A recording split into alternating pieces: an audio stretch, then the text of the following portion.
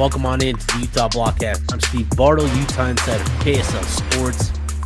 Recording late Friday evening, January 2nd. Man, it's been a day for me. I was hoping to record earlier this morning, but the phone started ringing early and the phone hasn't stopped ringing. But fortunately, it slowed down a little bit.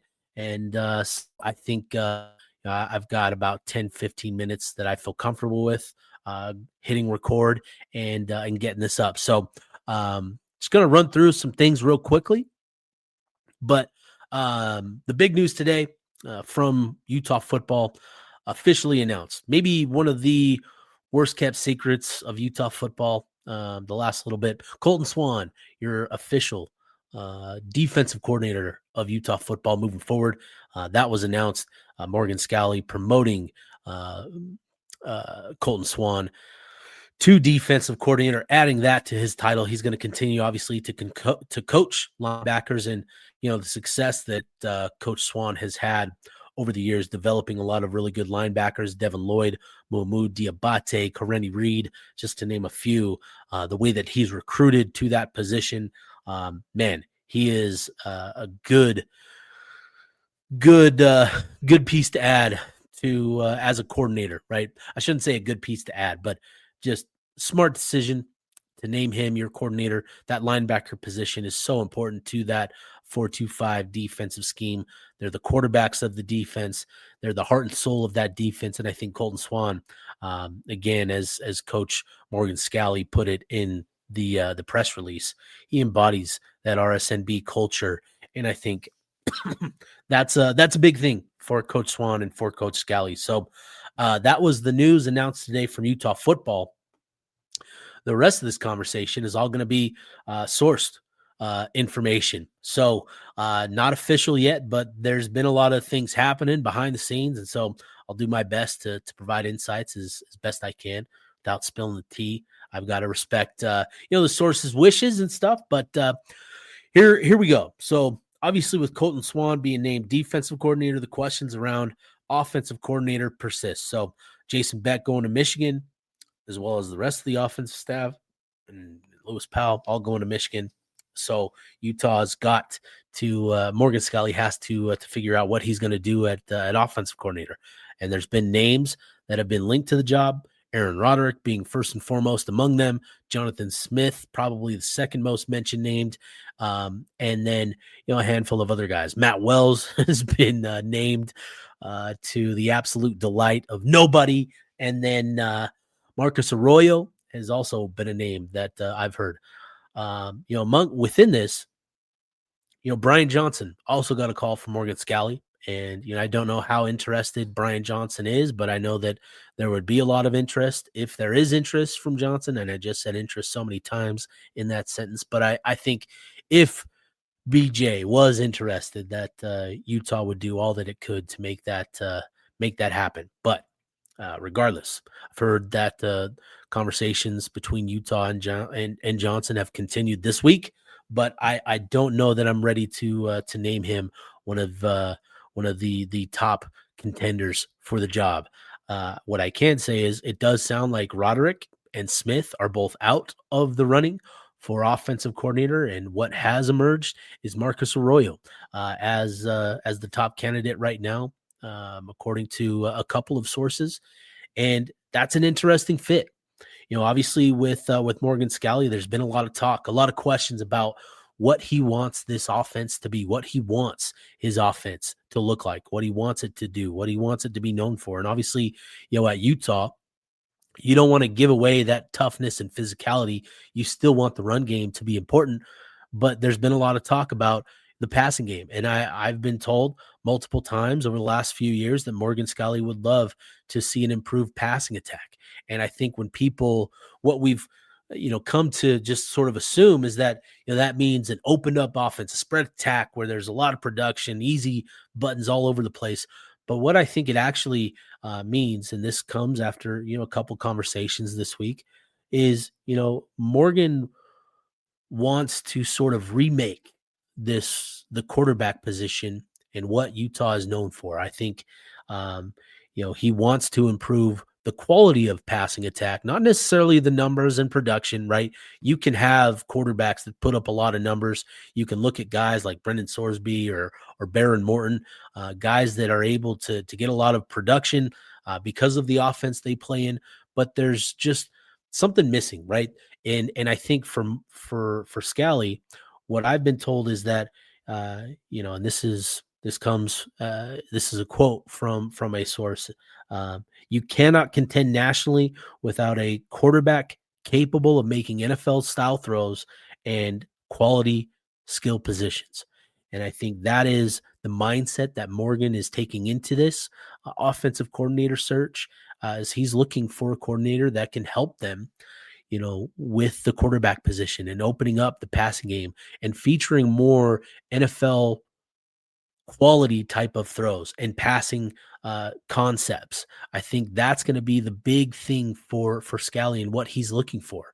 So, I think and when we talk about NFL throws, I think for a lot of people, you just sort of correlate that to, well, can he throw it deep and can he throw it deep with velocity? But there's so much more to it, right?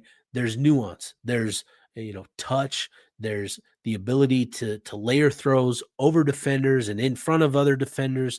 There's hitting tight window throws, right? Can you hit the honey hole down the sideline in cover 2 where you've got to get it over the cornerback, sitting in the flat, while also squeezing it in between the safety working to the sideline, right? Can you make that type of throw? And I think that is the type of stuff that Morgan is more interested in than just overall production.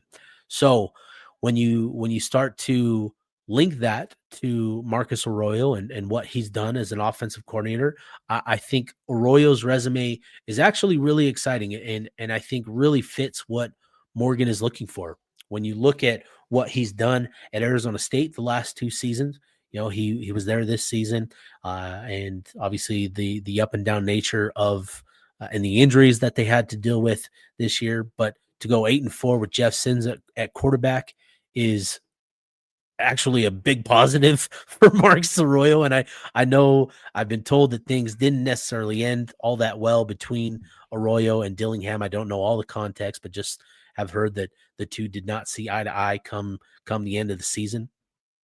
But still, you coordinate an offense with Jeff Sims at quarterback to an 8-4 record. That's pretty productive. You go back to 2024, obviously with Cam Scattaboo and Sam Levitt, in the backfield. When you have a dude like Scattaboo who's just an absolute dog, it makes things really easy for everybody else.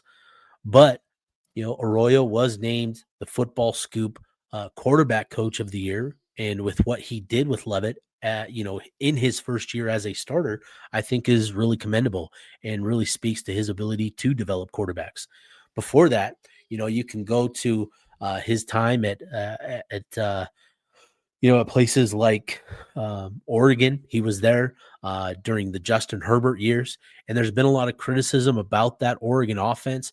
But I think, similar to Kyle Whittingham and the offenses under his watch, that Mario Cristobal had his handcuffs of his own on coordinators and how they wanted to call offenses.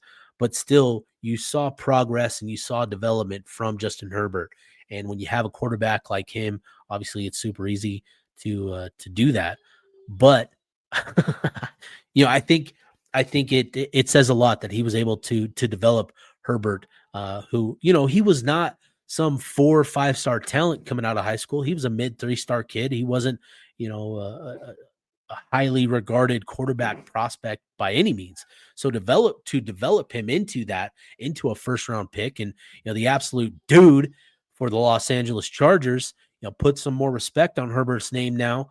I'm getting sidetracked here. I'm sorry. But, Arroyo's time there at Oregon, I think there's a lot of good things. He spent time in the NFL with the Tampa Bay Buccaneers, so there's familiarity with, NFL-level offenses and what they're looking for and what they demand of the quarterback position. And so, again, it just sort of speaks to what Morgan Scalley is looking for, that offensive coordinator position. So, heard some good things, heard progress was being made, again, that Arroyo has emerged as the top target, according to multiple sources today. I don't know how close they are to the finish line, but again, it does sound like Arroyo has emerged as the top candidate there. Now, at other positions, man, it's been pretty interesting. Haven't heard much at the skill positions and what they're looking for, but obviously you want to get an offensive coordinator in place, and then that can lead to skill position coaches and guys being brought in from there. However, along the offensive line, there's one name that's been floated about, and the buzz today has all sort of uh, not necessarily confirmed, but there's been a lot of good buzz around Jordan Gross and the offensive line position at Utah. And I think that hire makes plenty of sense. Obviously, given Gross's experience as a player, both at Utah and in the NFL, it's pretty significant. But he was the head coach at Fruitland High School. And there's a certain player that signed with Utah this cycle, Kelvin Obot, who played at Fruitland High School. And when you go back and when you watch Obot's development from his junior to senior year, I think Gross deserves a lot of credit for getting Obot and developing him into, again, best offensive tackles that I've ever watched coming out of high school. I think Obot is the future along the offensive line for the University of Utah. And so assuming it does end up being Jordan Gross, I think it makes plenty of sense. And again, according to sources, there's been positive indications that is where this is trending. So there's that. Beyond the coaching stuff, there's been positive news on the player retention front.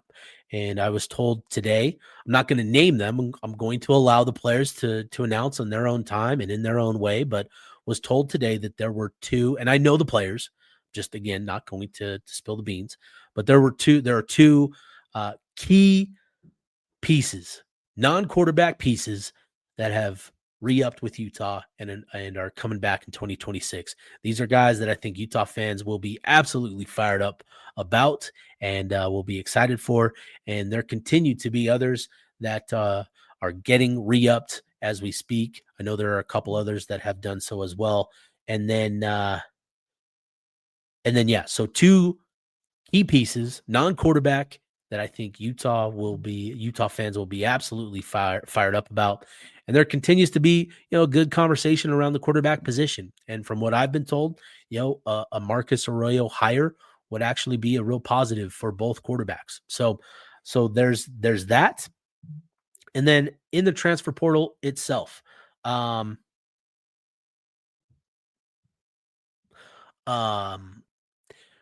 know that there's going to be a safety officially visiting this weekend. And I know that this certain safety is really high on Utah, has a great relationship with Morgan Scalley, given how he was recruited by Morgan coming out of high school. He's a former 4-star talent. And so I think there's good news there. I've also been able to confirm that other defensive linemen are close to locking in official visits as well. And so good news on that front as well. So I'll probably share the safety that is visiting tomorrow. He's going to be here over the weekend. I'll probably announce that tomorrow on Twitter. Probably put that out there once I get the green light from the safety himself. But yeah, there's good news. So again, I hate that I try to be vague because I don't try to steal player spotlight. These are big moments for these players, and I don't try to steal the spotlight from them. Try to be vague, but still try to give fans what they're looking for. So yeah, once things get a little bit more crystallized, we'll obviously go more in depth on things, but there are good things happening. So I know things have been rough the last 24, 36, 48 hours, whatever it's been, but good news is coming. And I think, we need to allow Morgan Scalley the time to kind of get things going here. Announcing Coach Swan today as defensive coordinator was pretty significant. And I think too, getting the offensive coordinator position settled as soon as possible is obviously a big help. Morgan can go into the transfer portal with his vision and with names that they're honing in on for the position, but to have somebody in place, I think is really, really important. So that's what I've got. This is a quick episode, 15 minutes. Hopefully you enjoy it. I know that that Bennett is going to be doing a space tonight as well. That'll be a lot of fun, and that. But wanted to get this out pretty quick. So appreciate everybody. Be back maybe tomorrow, maybe Sunday with another episode, and hopefully we have a little bit more positive news to talk about between now and then. So appreciate everybody, and yeah, we'll be back soon.